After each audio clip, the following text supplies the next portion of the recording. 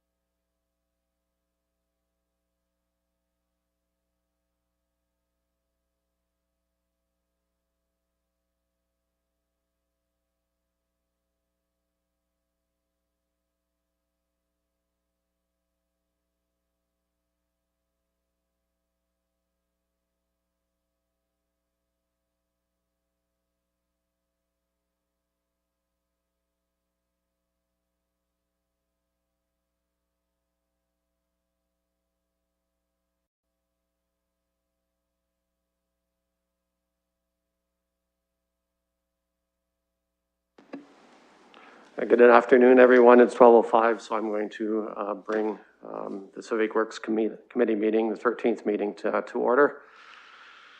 The City of London is committed to making every effort to provide alternate formats and communication supports for council standing or advisory committee meetings and information upon request. To make a request for any city service, please contact accessibility@london.ca or 519-661-2489, extension 2425. At this time, I will ask for any disclosures of pecuniary interest. Seeing none, I would like to move on to the consent items. I've had a request for 2.9 to be pulled. Have no other requests. Are there any items that committee members would like to be pulled? Seeing none, then I would like to put 2.1 to 2.8 and 2.10 on the floor. Can I have a motion to receive those? Councillor Lewis, seconder. Mayor Holder. I'll open up for questions or comments. Councillor Cassidy. Thank you, Mr. Chair. I have a couple of comments. First on 2.3, the community engagement on green bin program design. Thank you to staff through you, first of all, for this report. It's very thorough and you know, covers off all the points of concern when we're trying to do a community engagement on something like this. I just as a something to add, and I'm sure staff have probably considered this, but if they're during the community engagement process, because there's so much uncertainty, especially around the idea of the bi-weekly garbage pickup that's not organics and not recyclables, but just the other regular garbage.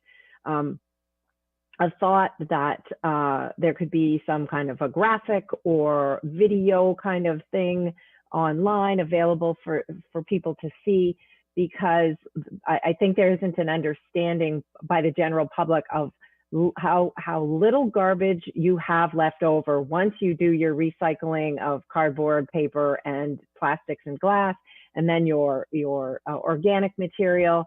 The leftovers is minuscule in comparison, and I think that if there's a way to really illustrate that in a physical, visual way to the general public, there will be, I think, somewhat of a sigh of relief, because I think people are worried about holding on to their garbage for 2 weeks and what's that going to mean. Personally, I compost, and I don't put my garbage out at every single garbage pickup day because I have so little garbage left over at the end of it.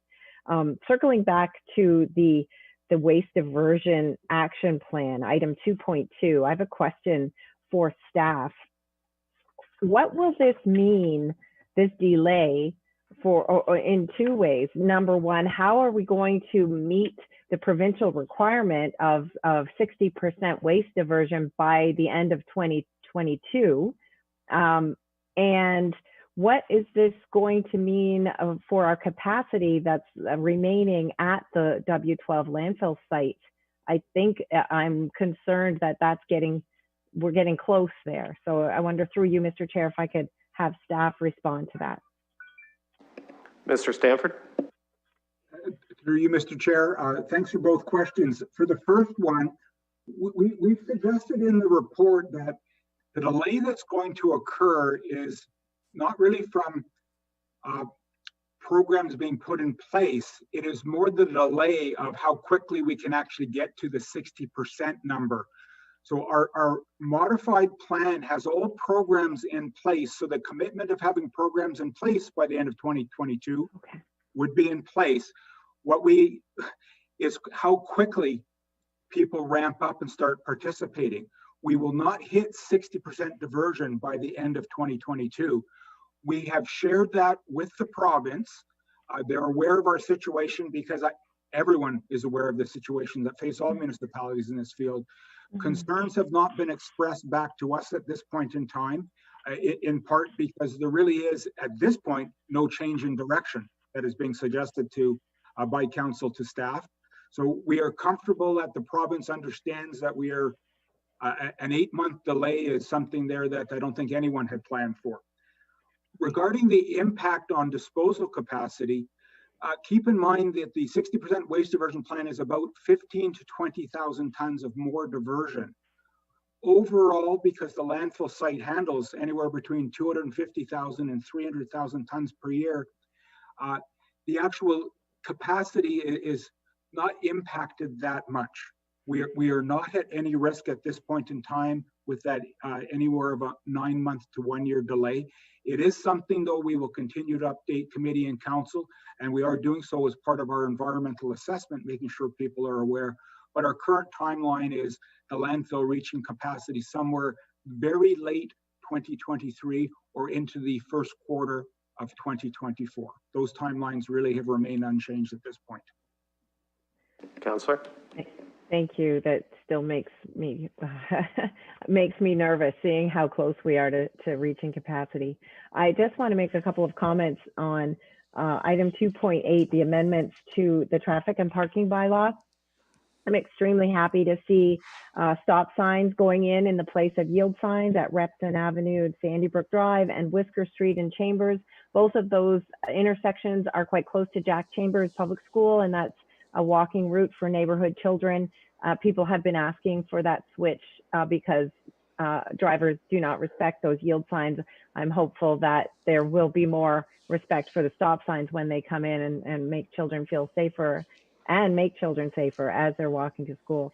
And finally, number 4 in that report, the speed limit on Windermere Road between Richmond and Adelaide being reduced to 50 kilometers an hour. Again, it's something that area residents have been asking for, especially since the city did put in a signalized pedestrian crossover on that stretch of Windermere Road that connects quite a number of seniors or of apartment buildings where a number of seniors are housed over across Windermere to the multi-use pathway system that walks along Stony Creek.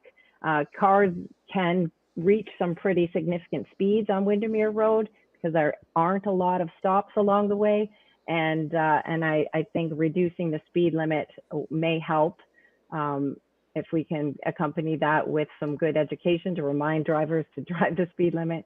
It'll help make things safer for those people that are crossing Windermere Road on a pretty regular basis. So thank you to staff for those changes. They are things that people in Ward 5 have been asking for. Thank you, Councillor. Councillor Lewis? Thank you, Mr. Chair. I know you'll all be disappointed that I don't have any comments to share on exciting items like cured in place pipe sewer lining programs. I just want to comment briefly on 2.3 and 2.8 as well. First on 2.3, the community engagement on green bin program design. I'm hoping through you, Mr. Stanford, can answer this. I'm not sure if we have anybody from communications with us today, but when we're talking about the Get Involved website and social media notices about this community engagement, will we be doing promoted ads through social media? Will we be doing some push efforts for the getinvolvedlondon.ca? My concern is that, you know, we're having a community engagement over the holiday season. People have a lot on their minds right now. And passive engagement, I just feel, is not likely to garner a whole lot of interest from residents. I think we really have to make a concerted effort to push this out there so that they do have their say. So I'm wondering if Mr. Stanford can indicate whether or not there'll be some active efforts made to place these things in really prominent positions. Mr. Stanford. Thank you, and through the chair, the answer clearly is yes. We will be pushing out through not only social media, we also have planned to have exposure in print media, such as the London Free Press and the Londoner. We are also planning to have a very short but punchy radio commercial to try to reach as many different audiences as possible. We do realize it is over the holiday season, but we do think, though, that something online with people being at home and being safe can easily achieve the objectives that we wish to seek on this. And if I may also, Mr. Chair, the example that Councillor Cassidy had mentioned about the visuals, yes, extremely important, and we want to make sure that through the Get Involved site, we do have a range of photos and possibly some videos to not only show examples of garbage and green bins, but also to give residents an understanding of the size of containers. So we'll make sure we put those types of perspectives into the visual information for the site. Thank you. Councillor? Thank you for that, Mr. Stanford. I would just request, not that this needs to be formalized in any way, but I'd really request that staff make sure that those tools are made available in a prominent way to councillors so that we can share them as well.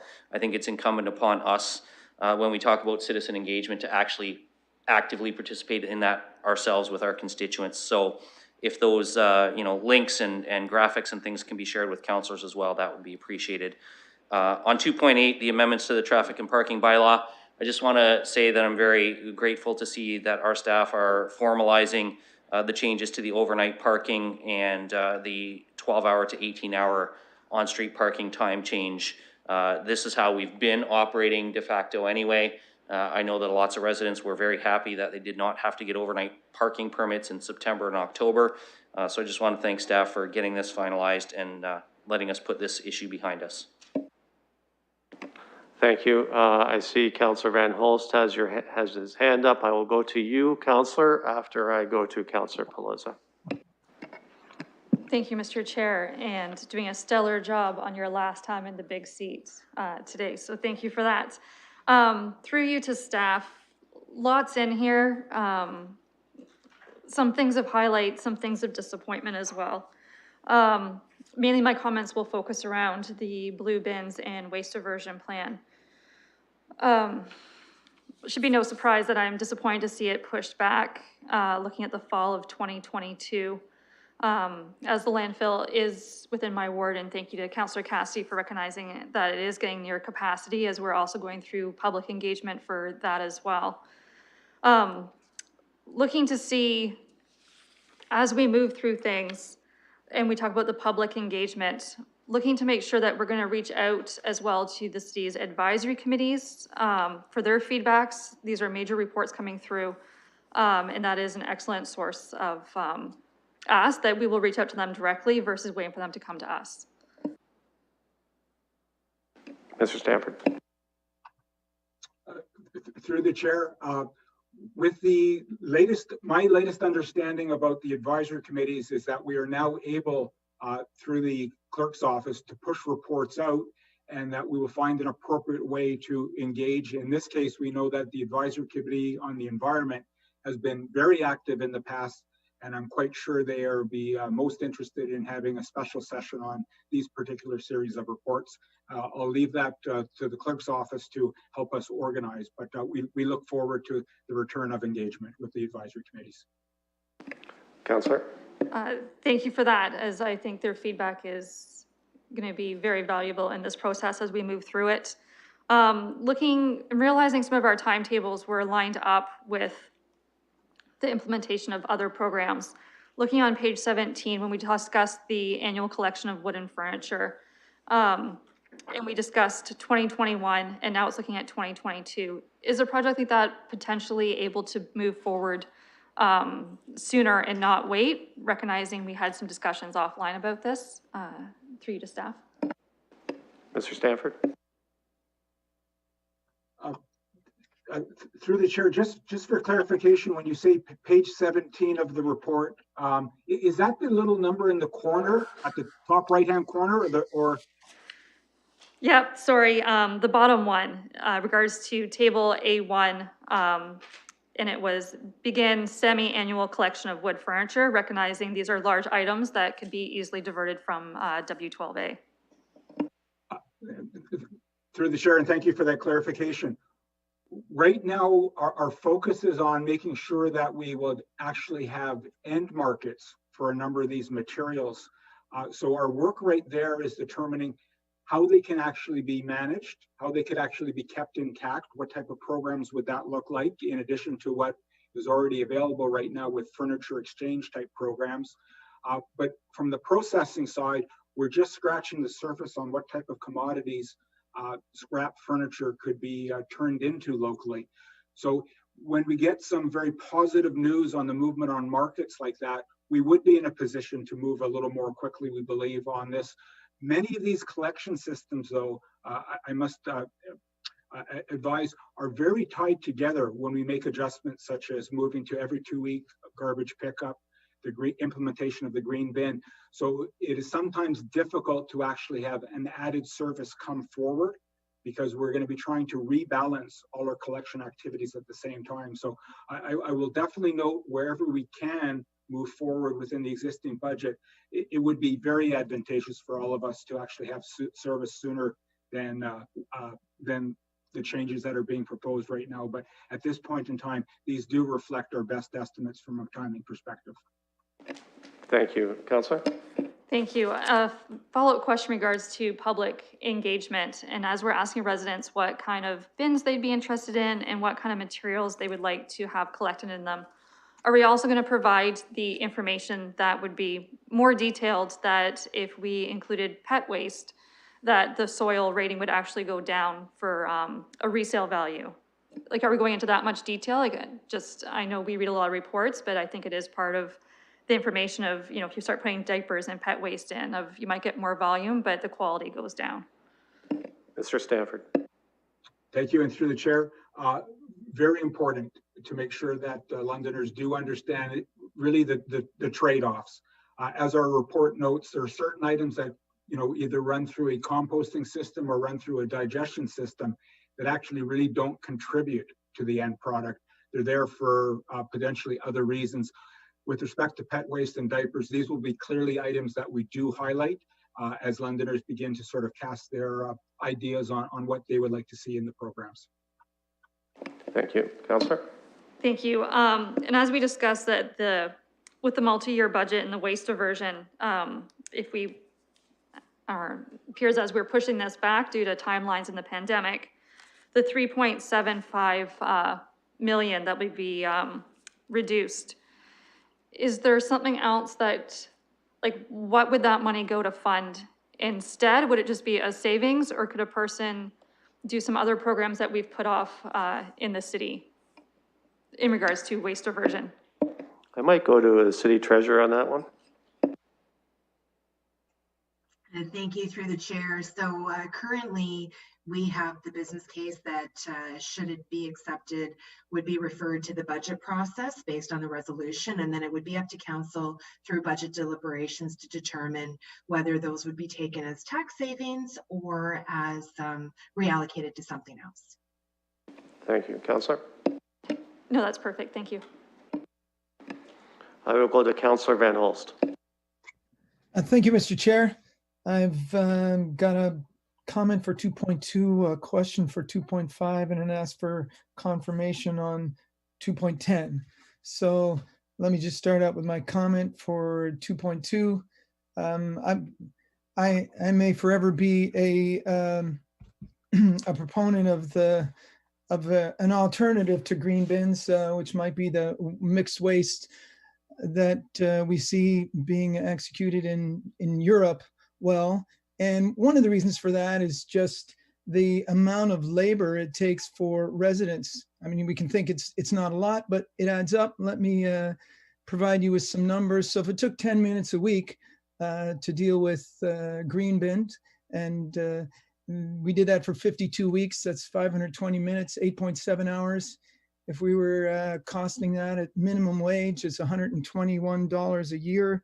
And for 150,000 households, that's $18 million of resident labor.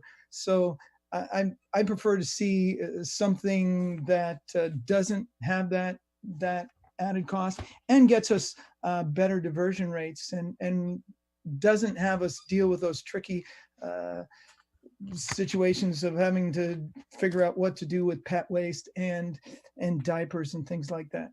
So there's my comment, but for 2.5, I've got a question. This is the proposal for the cured in place pipe sewer lining program.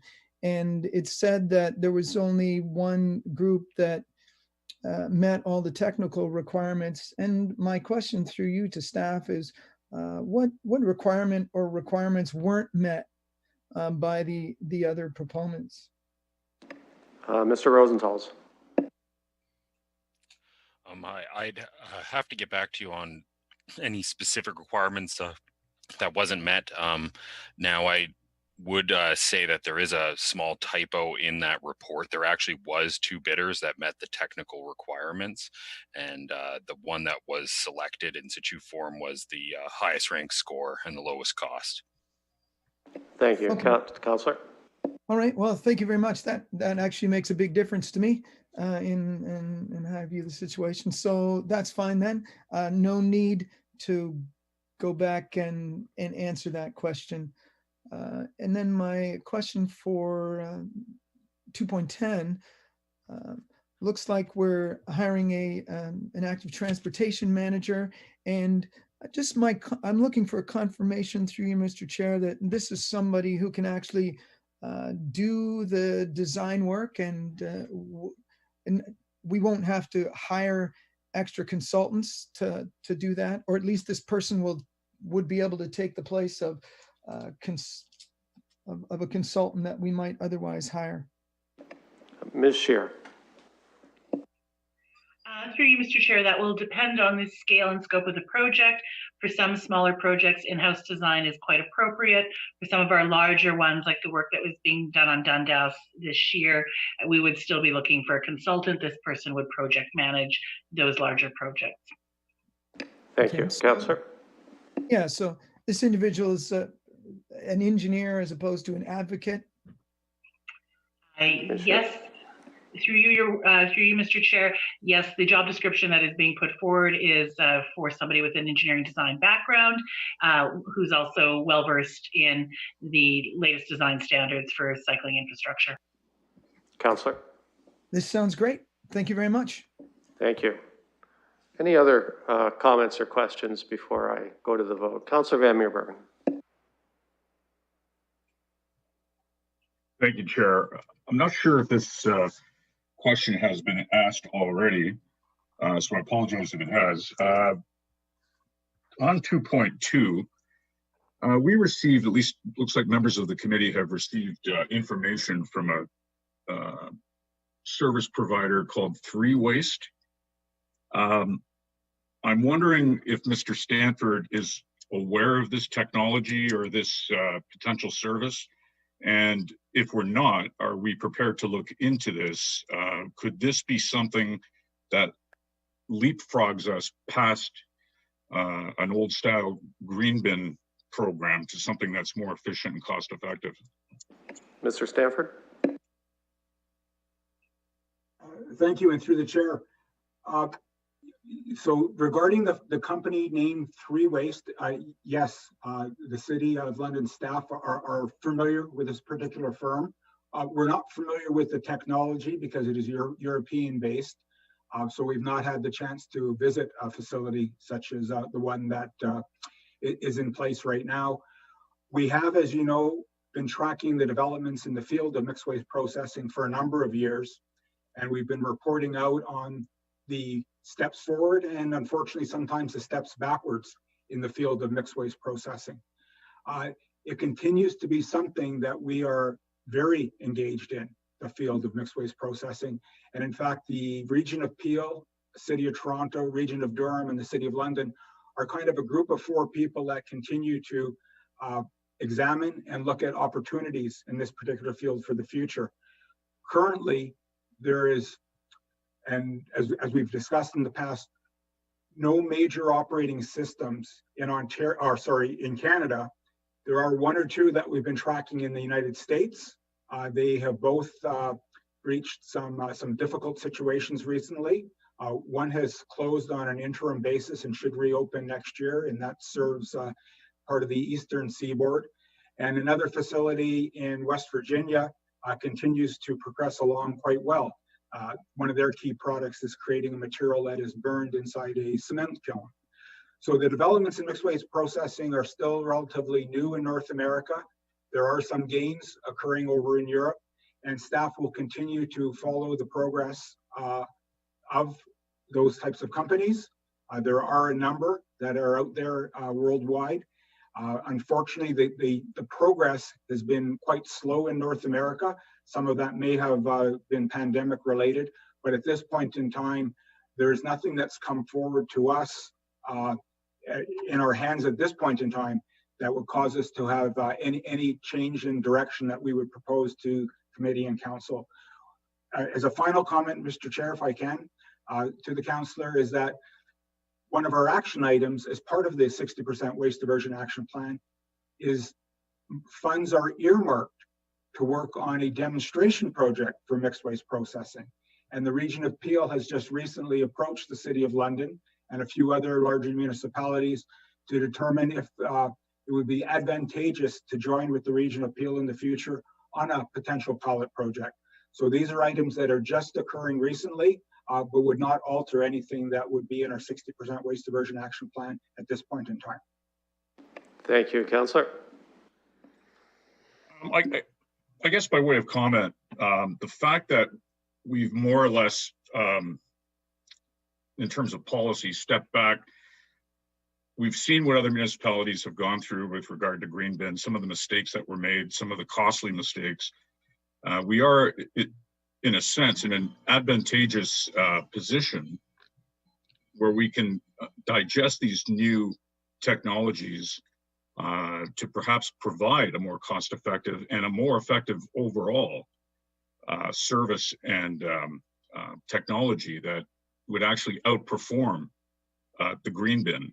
So I'm just curious, Mr. Stanford, if you've seen the same information that was sent to us by this firm, Three Waste, was some type of, at least what I've seen is a PowerPoint.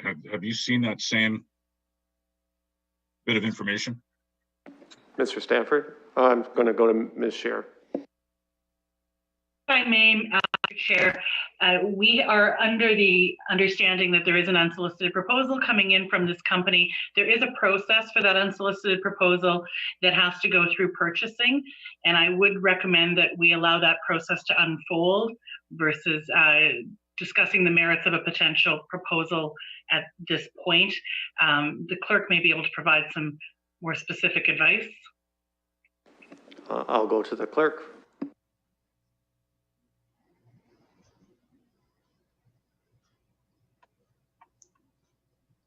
I'm not sure if you can hear me. Oh, sorry. Okay, well, maybe by way of general comment, I'm sorry, Councillor. We just had a bit of communication problem here. I'll go to Ms. Westlake Power.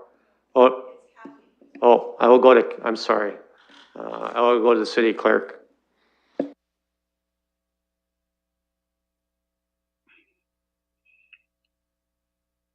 Madam Clerk, I believe you may be on mute. Can you hear me? Yeah, yes, we can.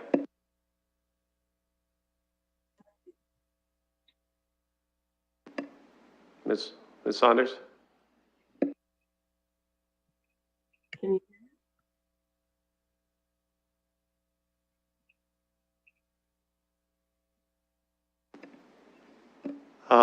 Ms. Scheer, Ms. Saunders we're not hearing her. I show her unmuted. Thank you, Mr. Chair. I cannot hear the city clerk either. Because we do have a purchasing process for how we receive unsolicited proposals, and we understand that this particular firm wishes to engage in that process through purchasing.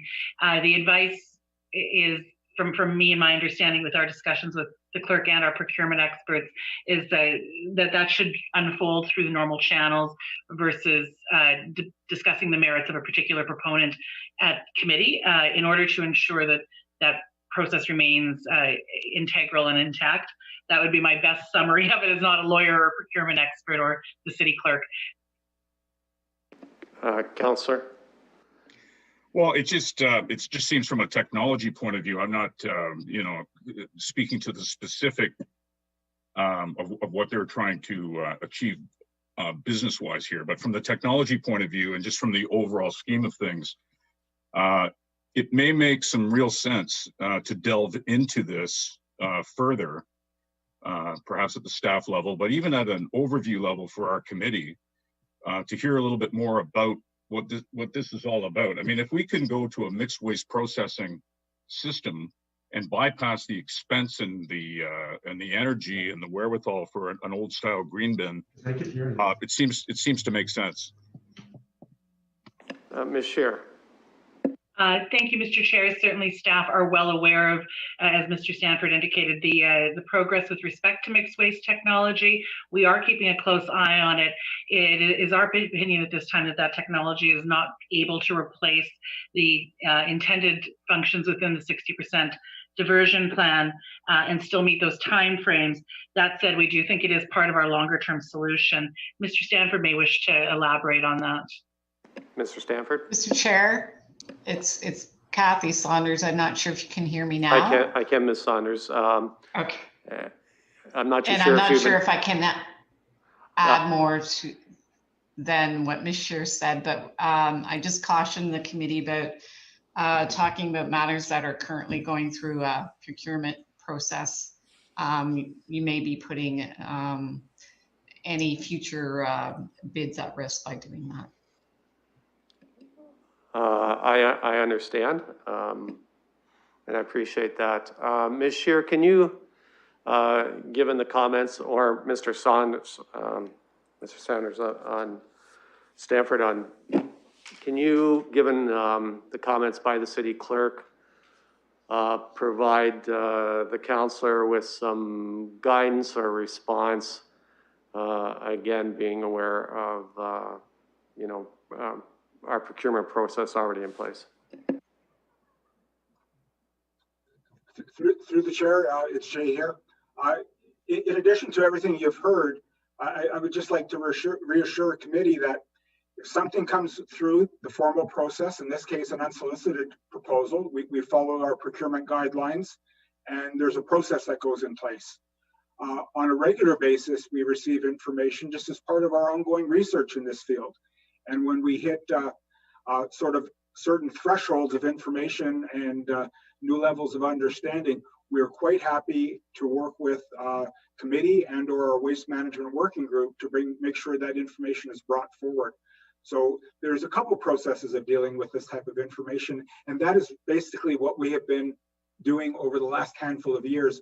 If I can make one last comment, it was only probably about two and a half years ago that, working with our purchasing and supply group, we did go out and request information on mixed waste processing and advanced processing systems. And we heard from, I believe it was 21 or 22 different corporations around the world at that time that did share information with us to help us inform our reports and bring information to your attention. So we're happy to continue to do and use all those approaches that are available through our purchasing process and through our regular forms of operation. Councillor.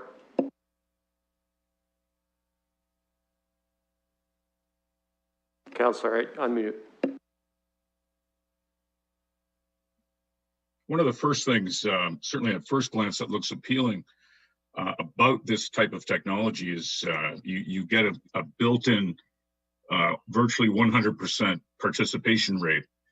One of the problems ongoing with the green bin systems in the various municipalities has been the participation rate. I think of Ottawa, it comes to mind, with at least for the first few years, a low participation rate, which really doesn't serve the greater purpose. So I'll just leave it at that. I just find it very interesting indeed, and certainly thank the information for coming forward. Thank you. Any other questions or comments? Before we go to a vote, I just have a question for Mr. Stanford. Can you give me and London a kind of a general update regarding the green bin? What will we be seeing by the end of 2022 in regard to single resident homes, multi-residential, commercial, et cetera? Just kind of an overview of what we can expect. Thank you, Mr. Chair. I think I'll keep this as brief as I can, but it will require a couple minutes, Mr. Chair. The key decisions to be made in the next little bit, following our current path, is the engagement program that we've talked about today.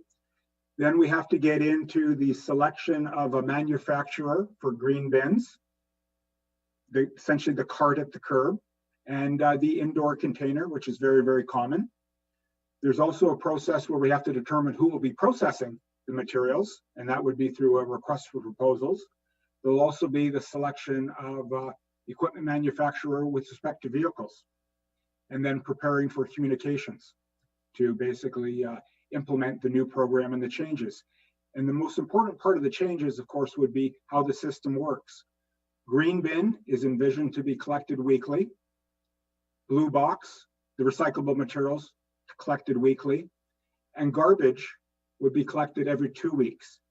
And the rationale for that, as our report indicates, is that communities in Ontario, to encourage the use of the green bin program, have removed garbage collection from a weekly program to an every 2 week program to make sure that basically residents have the opportunity to get rid of the quote unquote, the smelly stuff or the yucky stuff. And that goes out on a weekly basis. Some communities have put in place modified programs with respect to how they handle diapers, how they handle pet waste, all items that will have to be discussed here in London over a period of time. The current target right now, based on the new time frame, would be the implementation schedule ending with the program rolling out would be late summer, early fall 2022. And that is based on our current knowledge right now of the things that have to be manufactured to deliver that type of program. We're reasonably confident that time frame can be kept right now based on our current knowledge, because people have been working through the pandemic now for 8 months, so they are much better at predicting timelines with respect to manufacturing capabilities. There's going to be a lot of community discussion that occurs, and in fact that is our goal, because part of the engagement strategy is to get the community ready for change. Along with that change, there'll be of course discussion on what happens with the art material collection. That will continue to be a separate collection, and we've heard from time to time that additional service there might be advantageous. So that is something that we need to consider. We also have the role of the Enviro depots. Right now, they are probably one of the most popular locations for residents to drop off material. And there's often the thought of the need to actually expand the size of those facilities or add another facility. So those kinds of discussions need to occur over the next little bit too. So, Mr. Chair, there is a lot of work that has to get done. There's a lot of heavy lifting to do. We are playing catch up on one item only in Ontario, that is the green bin. But when it comes to the other areas and services that are provided, many in Ontario look to London for solutions and the right balance and right mix of services. And as much as at times things are frustrating in the waste management system, overall, we're reasonably pleased with our ratings that we receive from the community on an annual basis. There's always room for improvement, and there's always room for us to make sure that we're communicating as wisely as possible with the community. Hopefully, Mr. Chair, that covers off many of your points. Thank you, Mr. Stanford. I think that was important just for those listening in and for the media to kind of get an overview of where we're at and where we're hoping to land.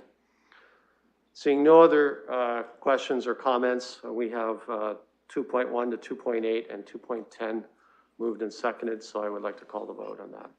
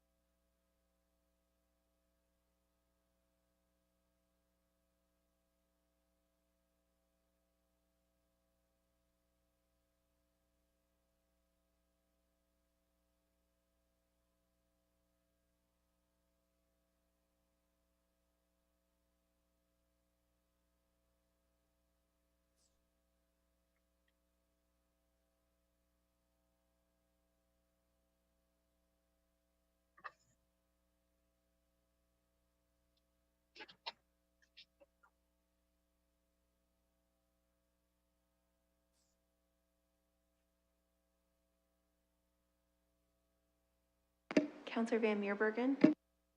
I'll vote yes.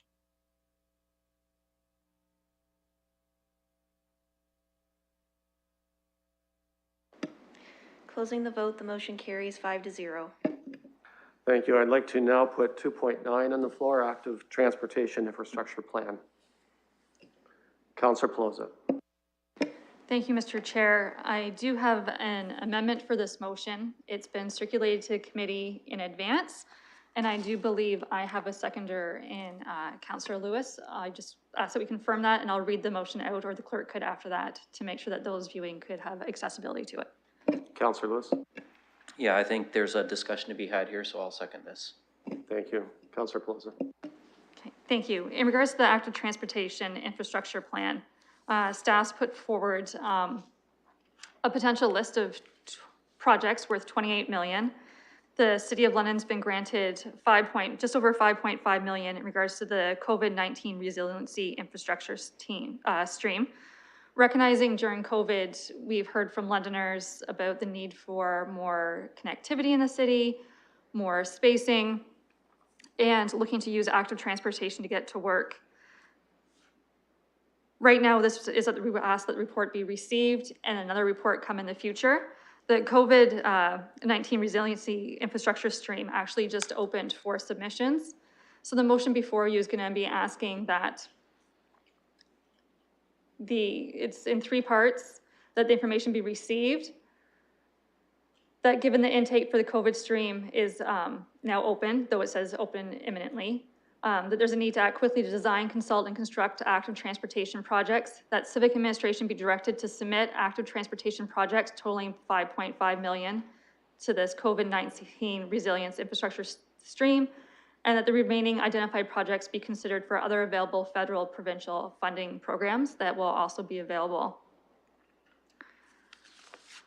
So that's the discussion that's going to be before us today.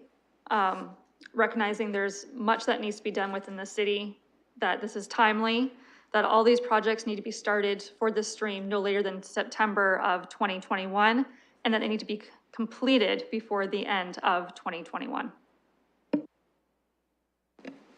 Councillor Lewis. Thank you, Mr. Chair. As I said when I seconded, I think there's a discussion to be had here.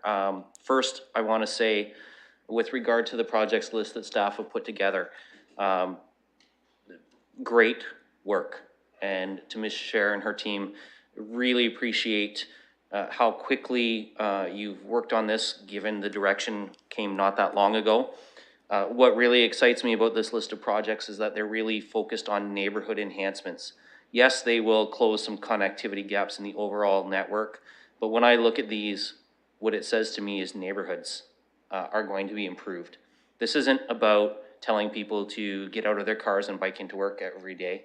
This is about giving people the opportunity to bike from school to a community center or to a library. This is about giving people the opportunity to use those those short kilometer trips, 1 or 2 kilometers from home, to be able to use your bike safely, to be able to walk safely, because there's sidewalks in here, there's trail enhancements. There's a lot of good things in here that will benefit people in a lot of different ways. I know that some of the attention has been focused on cycling, and for good reason, because there's quite a number of cycling projects in here. They're good projects, but I think it's also important to identify that this is an acceleration of projects from the cycling master plan. These are projects we're going to do at some point in the future anyway. It's about whether or not we take advantage of some federal money to fund them now, or we fund them through property taxes in 3 years or 5 years or 8 years. And frankly, given that the income tax base that generates federal tax revenue is far more fair than property tax rates in terms of people's ability to pay, I'm really always happy when the federal government can contribute. That said, I have a couple questions for our staff through you, Mr. Chair. And that starts with, I guess through you to Ms. Cher, or if, I don't know if our treasurer is with us today. If we just say to you, submit 5.5 million right now for these, have we looked at what other sources of financing might be available to finish these off. I know that we still have money available. I believe it's almost 30 million through the pits that we could use to enhance some of these projects moving ahead early. But what budget impact are we looking at if we just say these and figure out the rest later? And I guess without a report, how would you prioritize these projects for council if it's just to go ahead and submit these? Or is there a priority list already based on what's shovel ready and the short timelines of the resiliency infrastructure stream? Ms. Barbone. Through the chair. So some of this I may have to defer to Ms. Scher to answer, but in terms of the public transit stream itself, that there's certainly $31.2 million that is uncommitted, that active transportation projects could be forwarded and would qualify for that stream. So we don't have a definitive date of when that stream does open, but certainly any of these projects would qualify, and we would work with Ms. Scher's team to identify projects and to bring something forward for council. So as we were contemplating, you know, what would potentially be open for the COVID resilience stream, one of the things that we did look at was available streams for projects and where those projects could fit. So from a very broad financial perspective, certainly we went through a number of criteria to look at how we would go forward. And there were very specific rules and guidelines that were released on November 6th for the COVID resilience stream in terms of the different categories that active transportation is certainly one of them. And there are alternatively retrofits, repairs, upgrades for municipal and quite a broad range of different types of infrastructure, including schools, in terms of that provide services or programming that could be used. There is also measures to support physical distancing, certainly specifically retrofits to support COVID-19 pandemic infrastructure, as well as disaster mitigation. So in terms of, we had outlined specific criteria in terms of looking at what projects could fit. Certainly the active transportation projects are well in excess of the COVID resilience stream. So we had looked at how we could possibly maximize the city's, I guess, benefit from utilizing all streams. Noting that there is $31 million that is available, these streams could all be forwarded to that pot when the window does open, noting that, of course, we don't have specific identification of when that would be at this time. However, we could look at other opportunities to relieve municipal funding that was already committed in terms of HVAC projects that were within our 2021 capital plan already that would support community center infrastructure and be able to provide more active programming. So certainly if council wishes to support putting forward active transportation, we would need to pick 5 projects, or it's a maximum of 5 projects that could be put forward under the COVID resilience stream.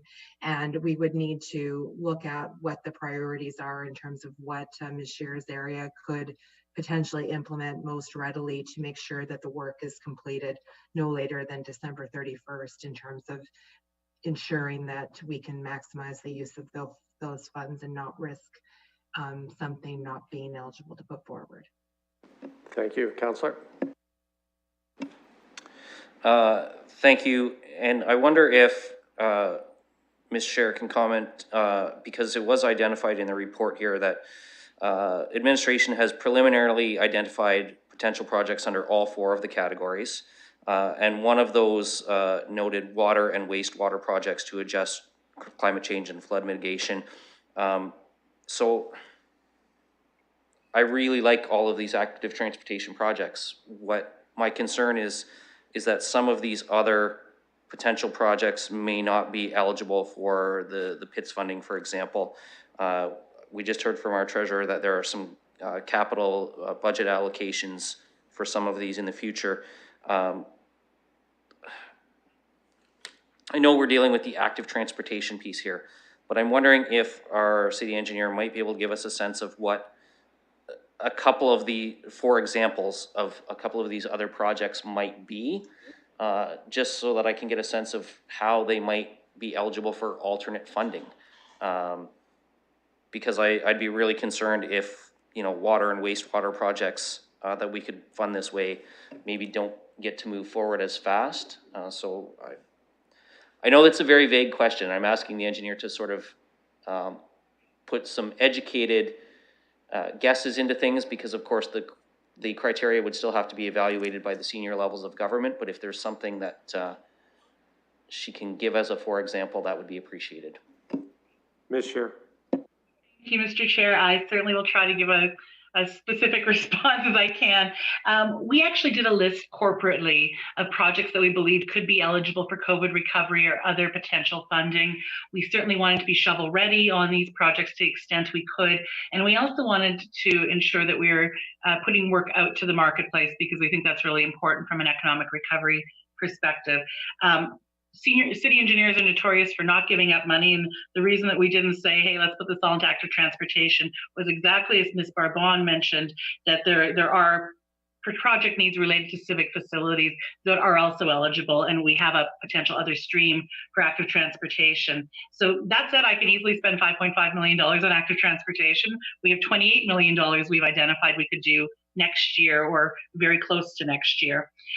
With respect to the flood management projects or disaster mitigation, we chose not to advance any projects at this point from that category, because we have been receiving funds through things like the Disaster Mitigation Recovery Fund.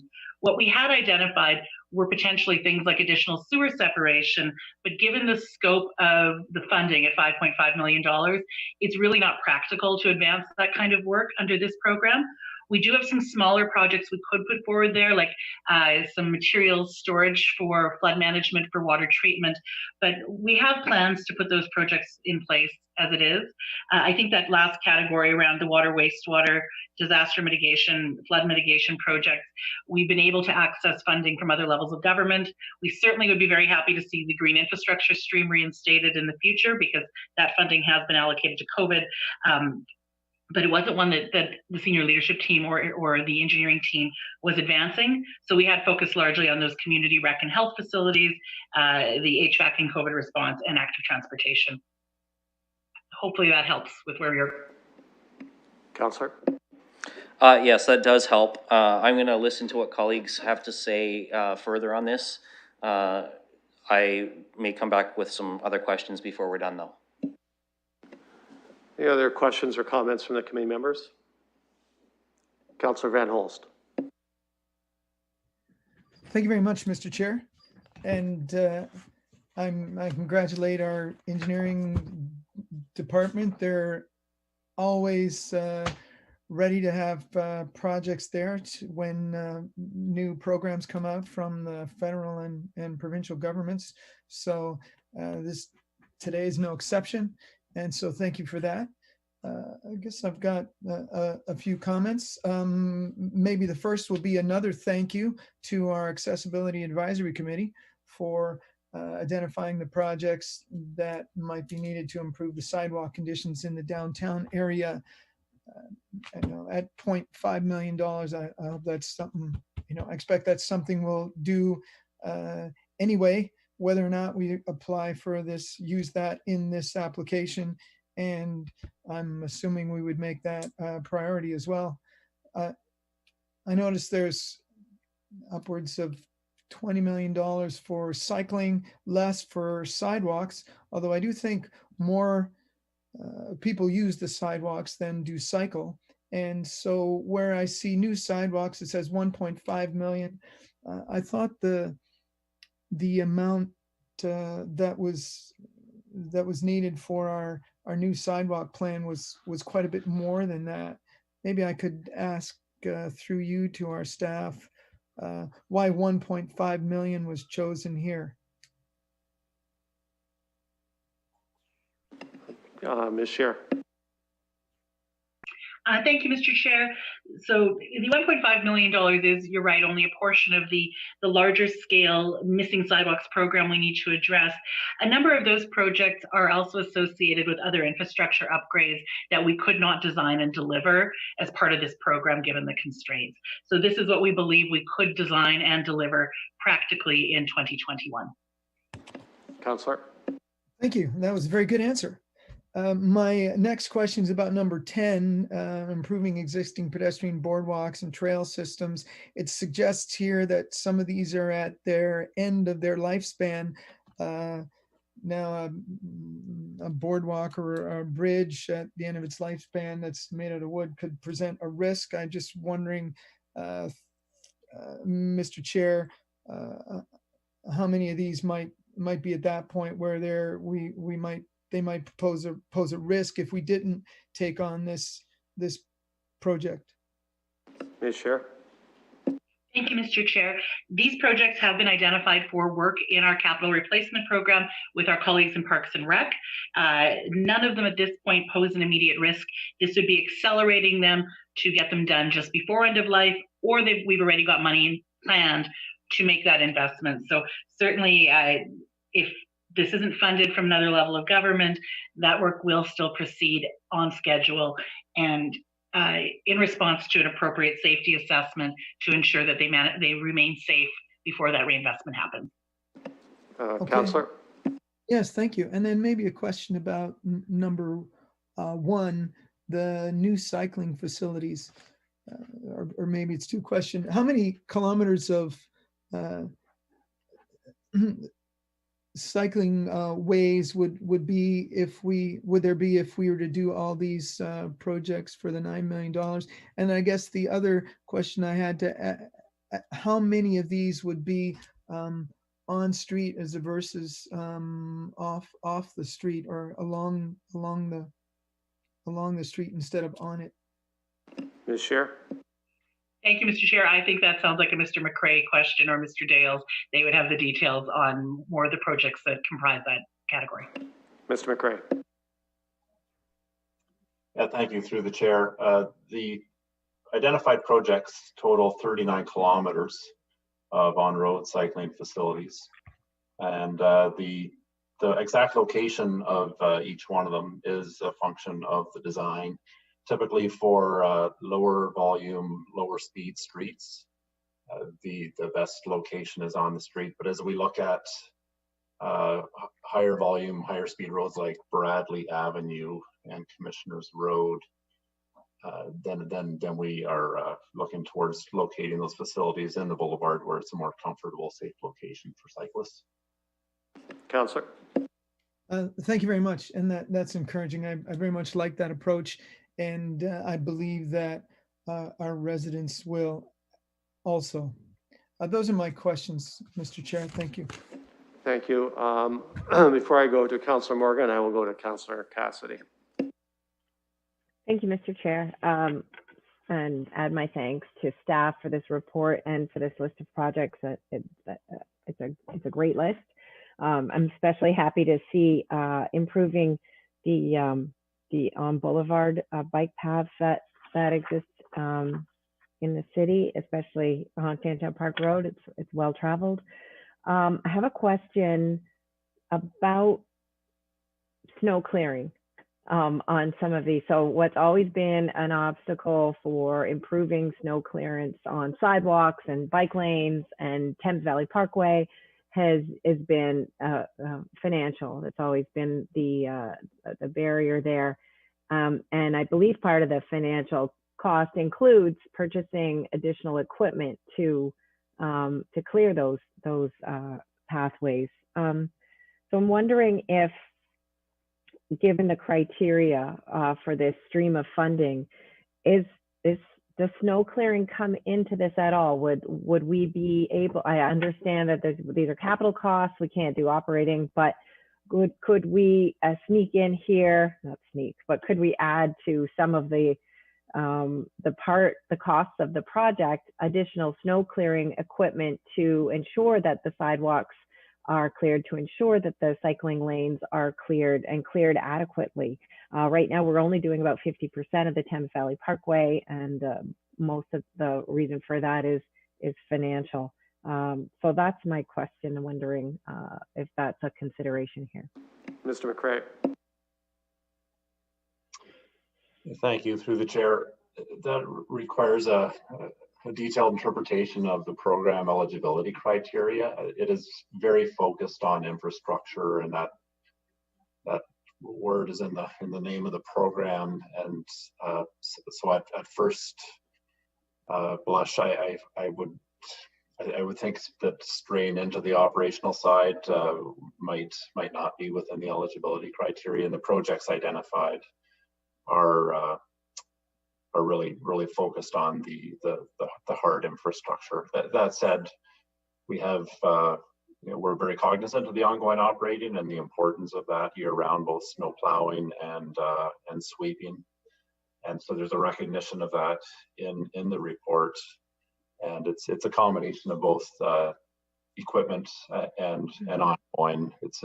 I would say it's probably more an ongoing cost. And one aspect that we do when we design these infrastructure projects is we design it to try to facilitate that in the most cost-effective way possible.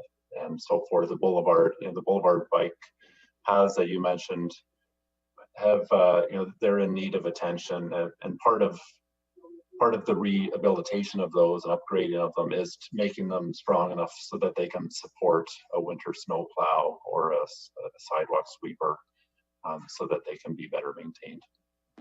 Councillor. No, that's good. Thank you. Thank you. Councillor Morgan.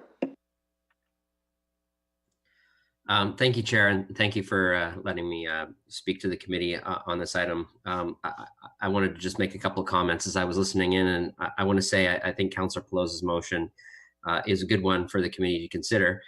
And I think on this particular topic, it's pretty easy to overthink it.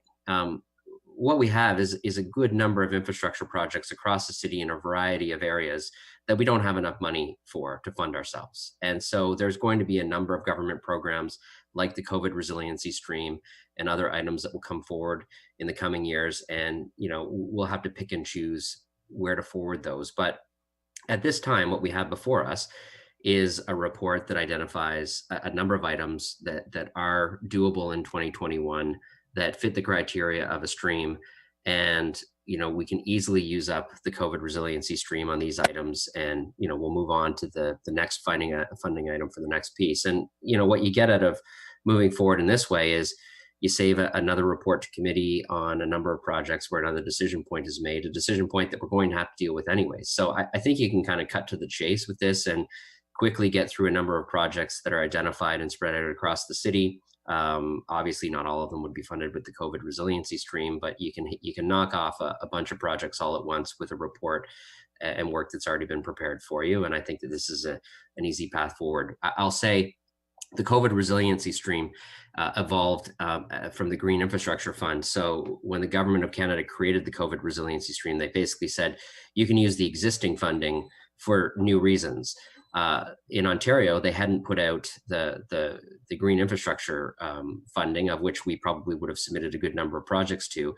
And so this is kind of eating up a chunk of funding. And so, the FCM and AMO are advocating to say, listen, that was a great idea to have a COVID resiliency stream, but not at the expense of the existing funding that was going to be well used by municipalities. So if we proceed, with these sorts of projects, there's still going to be advocacy on restoring the green infrastructure stream, which was never expended in the way that it was meant to, as well as other advocacy. So again, like I said, I think this can be overthought. I think we got lots of projects that we need to fund. There's money available. There's a list of projects, and this could be an appropriate way to go for the committee's consideration. And kudos to Councillor Pelosi for kind of cutting to the chase on this one. Thank you.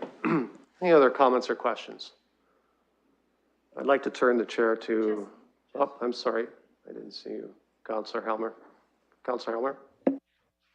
Thanks. I'll be brief. I wanted to say I think the motion from Councillor Pelosi is a good one. I really appreciate staff turning around a number of projects so quickly. I think one of the challenges, it's wonderful to have this kind of 100% funded by the province and federal government program.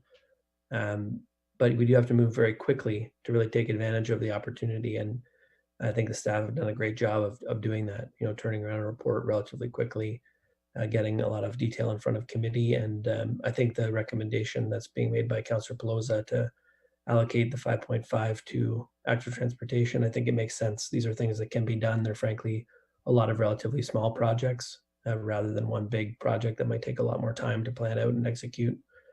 So I think it's going the right way. And I want to emphasize that, you know, striking while the iron is hot is important. You know, the federal program exists now.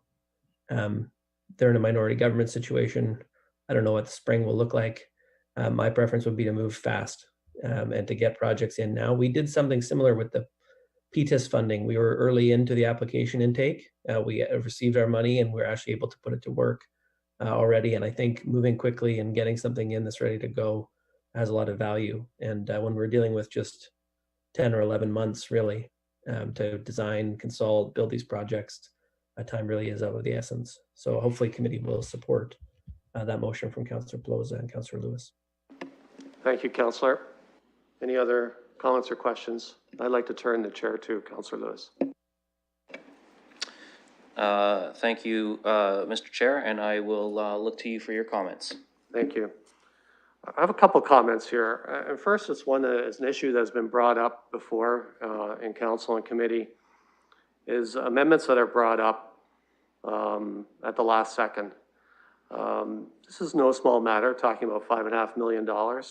I would have liked to have more time to consult with staff and colleagues and constituents on this. It's disappointing as chair that I did not see this until right before this meeting. Those are my comments for all of us. You know, I understand there's a lot on our plate, and it's tough when we get material for the agendas. There's not a lot of time space to bring forward, you know, your thoughts and motions and amendments of where you want to go. I get it. I just want to encourage all of us to try your best to get things to committee members and to the chair, for crying out loud, you know, at least 24 hours before the meeting. To this particular amendment, I understand where the councillor is going on this, and anytime we have accessibility to untethered funding, for sure we have to take advantage of that. I just want to read a paragraph that's in the staff report.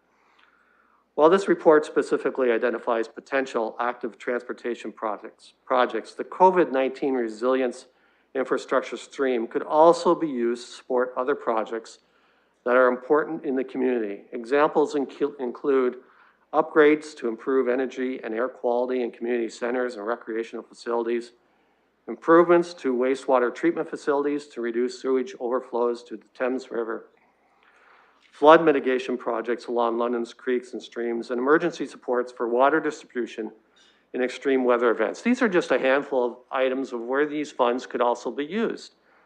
5.5 million is not inconsequential. It's a large sum of money. And we have an asset management challenge ahead of us to keep on top of. And I guess what the thought comes, you know, there are 4 major areas where we could use these funds. A couple of those areas do not have access, usually untethered access to funding that, you know, things like active transportation management or flood and water management have. We should, I think, I would prefer to consider this in light of those options. So the staff recommendation to recommend a report to SPPC meeting where all of us as councillors can weigh in on priorities and where this money should go, I think that would be a better course of action. In terms of timing, I think we could move fast enough. The government's not going to fall within the next month. There's a lot of things that could be done in the timetable that's needed for this funding. So I will not be supporting this motion for the amendment. I would prefer to see that more fulsome report go to SPPC for all councillors to represent their constituents on where priorities lie. I'll turn it back to Chair. Thank you, Councillor Lehman, and I will turn the chair back to you. Thank you. We have before us an amendment that we will vote on first to see if the amendment passed, and then if the amendment passes, then we will vote on the amendment motion. Is that the way to go? I'll look to the clerk for confirmation.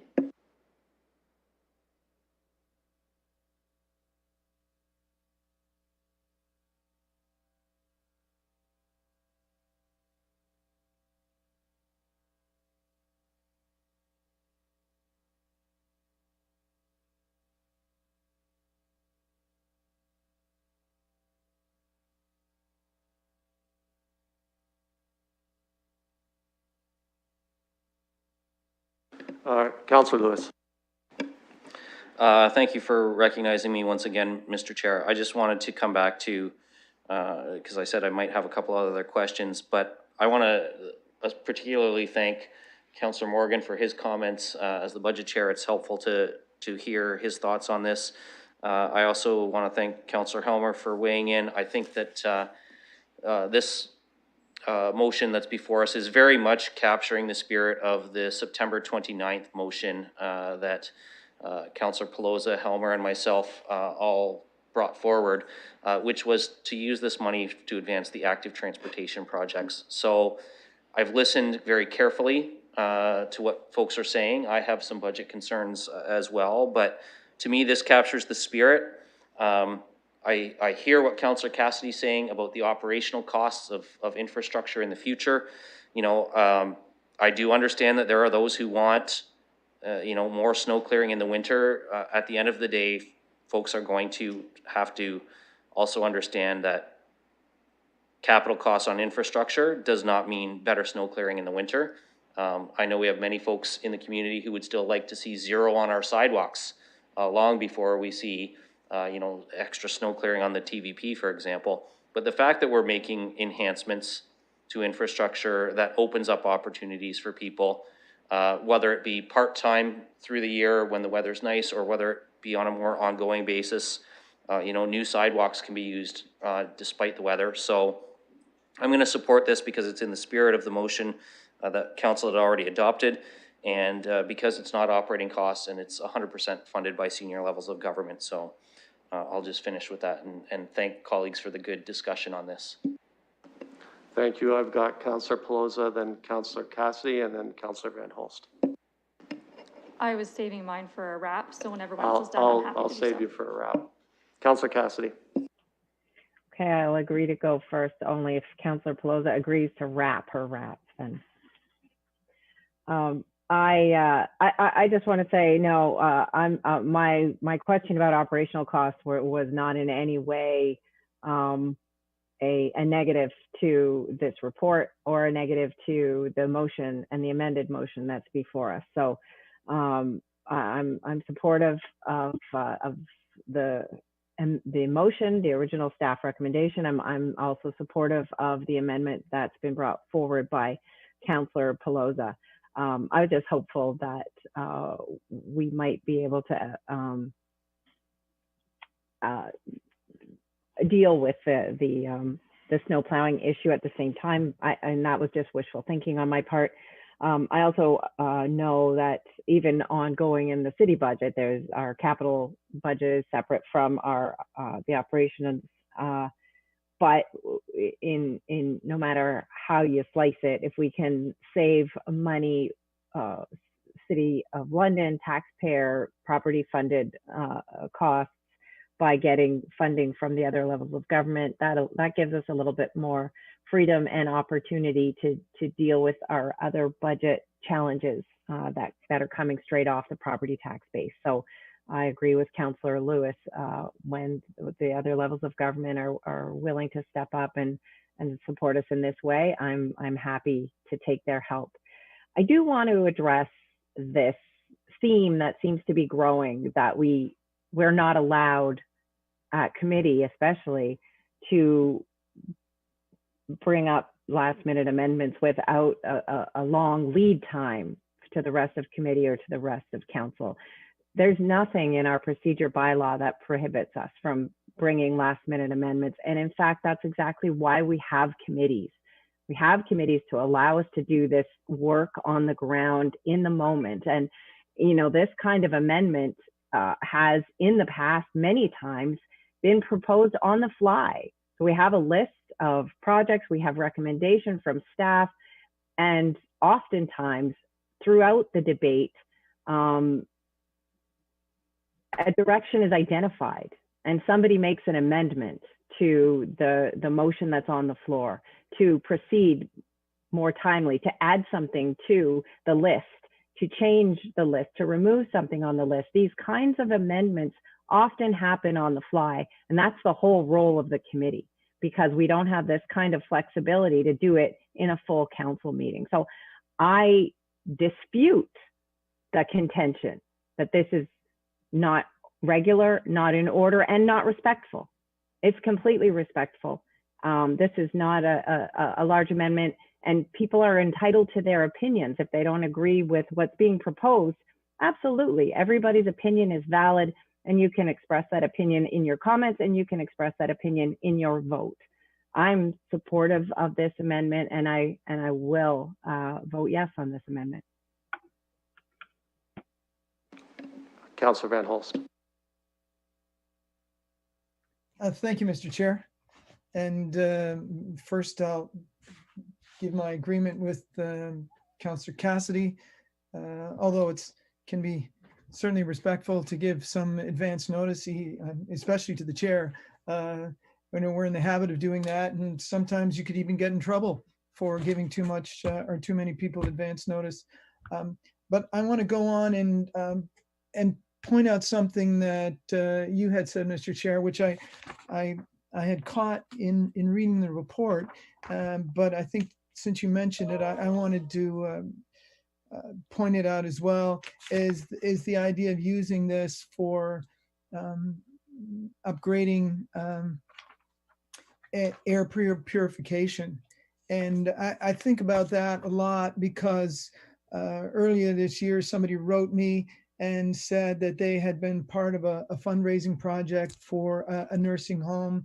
They raised $250,000 for some air filtration and purification. I think one of the devices they purchased was actually called the Virus Eater. And they said that there had been no coronavirus cases at this nursing home. And it seemed to me, I looked at all the money that's been spent in many ways, the tens of millions of dollars that we were out, and I can't help but think if we had spent that money on those kinds of systems, then we would not only have kept people safe for this pandemic, however long it lasts, but for future things as well. So I think that is also something we should really consider seriously. Some new active transportation things would be great, but perhaps that item that was written in the report and pointed out by Councillor Lehman might be also a very important investment that we should consider. However, as it was pointed out as well, it's $5.5 million that we can spend somewhere, and that will give us $5 million more to spend someplace else. So however we do this, I think we're taking advantage of a great opportunity. Thank you, Councillor. Any other questions or comments? Now, what we have before us is actually a motion, not an amendment to, because there was no motion prior to that. So this is a motion put forth by Councillor Pelosa and has been seconded. So I will go to the councillor to wrap. Thank you, Mr. Chair. And at the sadness of Councillor Cassidy, it won't be a real wrap up. Thank you to committee to having this discussion here today. It is building upon a conversation that was already submitted in writing with Deputy Mayor Helmer, myself, and Councillor Lewis, and thankful for staff's efforts to bring this back so quickly, recognizing the tight turnaround times that we are working within. And as per Councillor Morgan with our budget chair, recognizing there's never a shortage of asks and things we need to work on and address as a city and as a council, but looking to spend those tax dollars wisely. And we're certainly always in uncertain times, recognizing we're a municipal government. I think this is a great opportunity, recognizing the impact that COVID's had in our community and creating more community space. As already stated, if it's neighborhood connections and people getting out and enjoying their local trails and sidewalks and doing some local trips by foot, or people trying to commute by active transportation means versus car to get to employment, that regardless of what's happening with COVID, those public infrastructure will always be there. While some facilities open and close, depending on what's happening, those neighborhood connections are going to serve everyone and allow equitable access to different neighborhoods and different businesses to help keep our economy going. It's going to create jobs, and I'm asking for your support in voting yes on this today. Thank you, Councillor. Seeing no other questions or comments, then I would like to call the vote.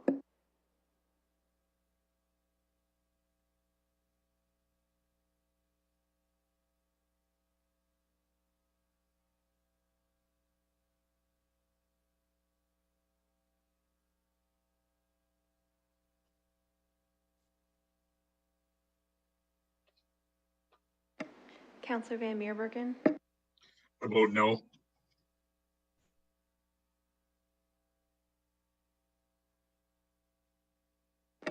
Closing the vote, the motion carries 3-2.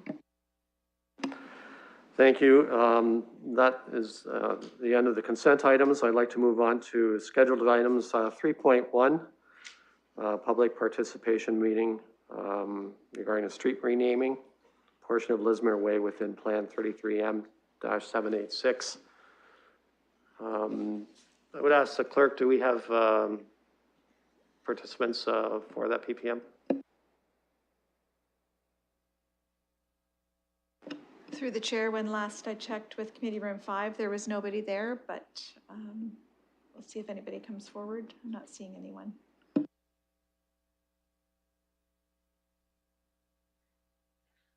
Sorry, you don't have any members of the public in Committee Room 5. Okay, so we need a motion to open.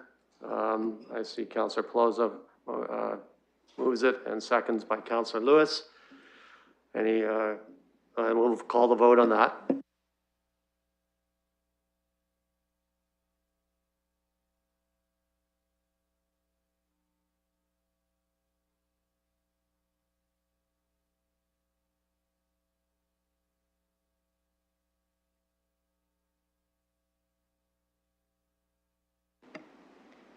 Councillor Van Meerbergen.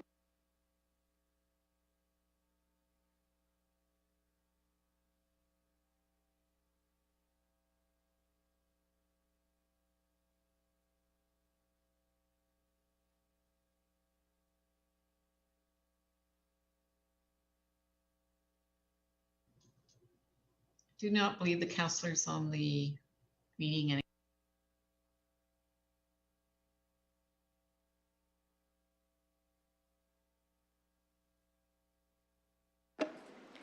Closing the vote, the motion carries 4-0.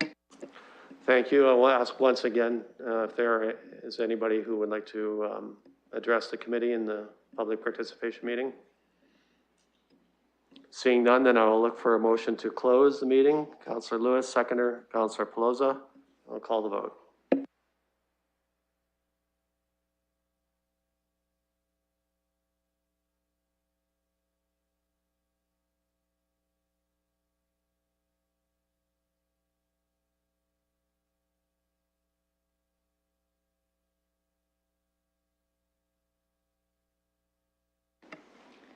Councillor Cassidy.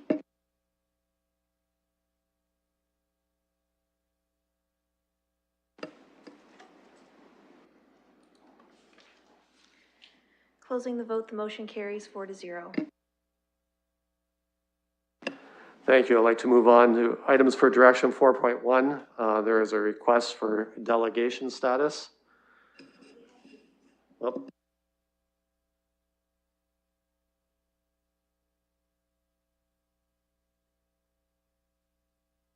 I apologize, to move too quickly there. Can I get a motion to put forward the staff recommendation? Councillor Pelosa, seconded by Councillor Lewis. Any comments or questions? Councillor Pelosa. Thank you, Mr. Chair, and asking for committee to say yes to this one. This is within Ward 12, and it's just a development out. It's in the Paul Haggis Park area. The developer mixed up Lismere Lane and Way and just needs to correct that. There's no homes there yet because it still is in a build out phase, so it's just clerical and correcting an error. Thank you. Any other comments or questions? Then I'd like to call the vote.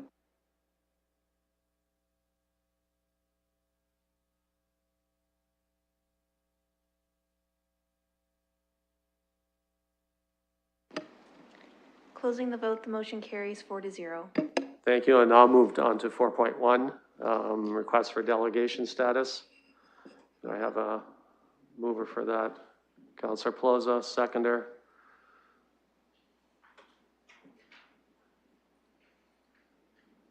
I have a seconder. Councillor Lewis. Sorry.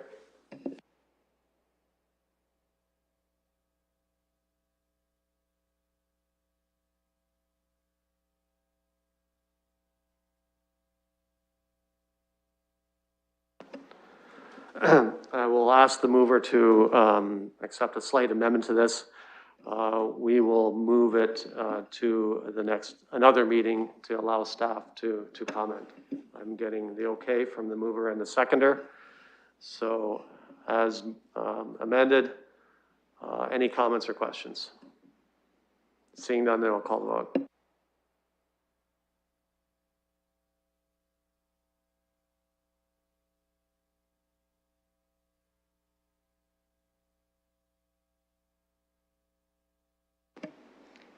Closing the vote, the motion carries 4-0. Thank you. Moved on to deferred matters list. I'll look for mover to receive that. Councillor Pelosa, Councillor Lewis, any comments or questions? Councillor Lewis. Just a quick question through you to our clerk staff. Noting the parking bylaw changes that were passed today, will that remove item 6 for the next committee cycle? Mr. McRae.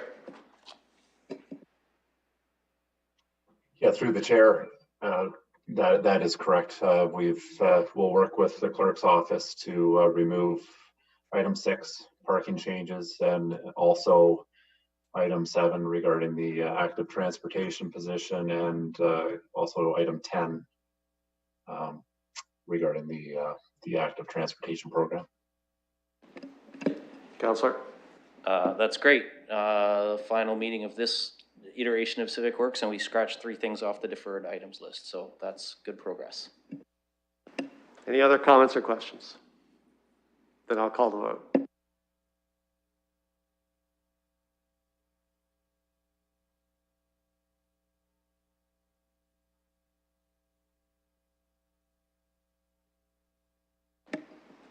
Closing the vote, the motion carries 4-0.